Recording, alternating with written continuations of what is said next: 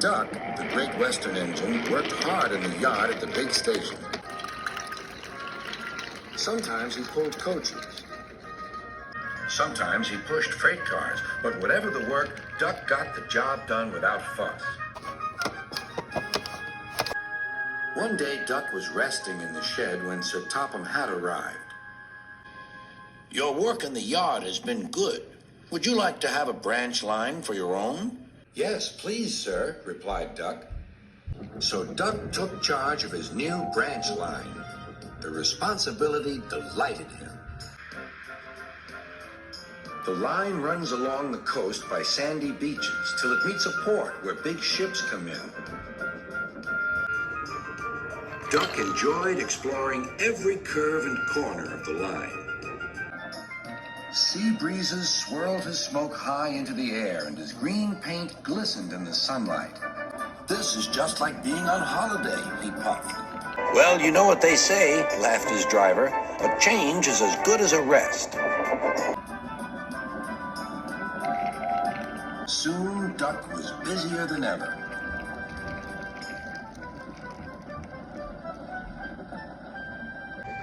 Sir Topham Hatt was building a new station at the port. Duck pulled the heavy freight cars wherever they were needed. Bertie looked after Duck's passengers, and the other engines helped too, but the work took a long time. Noise and dust filled the air. "Don't worry," whistled Toby. "The station's nearly finished." "And on time, too," said Duck thankfully.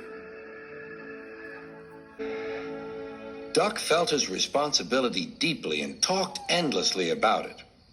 "You don't understand, Donald, how much Sir Topham Hatt relies on me." "Ach, aye," muttered Donald sleepily. "I'm Great Western, and I—" "Quack, quack, quack." "What?" "Ye heard? Quack, quack, ye go. Sounds like ye'd an egg laid. Now wheesht and let an engine sleep." "Quack yourself," said Duck indignantly. Later, he spoke to his driver.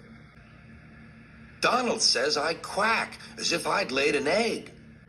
"Quack, do you?" pondered his fireman. He whispered something to Duck and his driver. They were going to play a joke on Donald and pay him back for teasing Duck. The engines were busy for the rest of the day, and nothing more was said.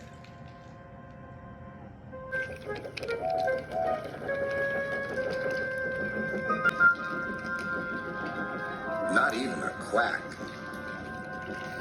But when at last Donald was asleep, Duck's driver and fireman popped something into his water tank. Next morning, when Donald stopped for water, he found that he had an unexpected passenger aboard. A small white duckling popped out of his water tank. "Now, who's behind this?" laughed Donald. The duckling was tame. She shared the fireman's sandwiches and rode in the tender. The other engines enjoyed teasing Donald about her. Presently, she grew tired of traveling and hopped off at a station, and there she stayed. That night, Donald's driver and fireman got busy. And in the morning, when Duck's crew arrived to look him over, they laughed and laughed. "Look, Duck, look what's under your bunker.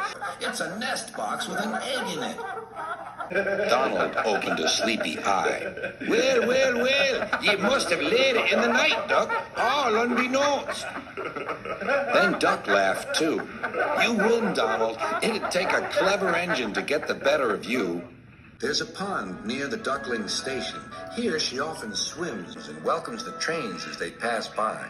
The station master calls her Dilly, but to everyone else, she is always Donald's duck.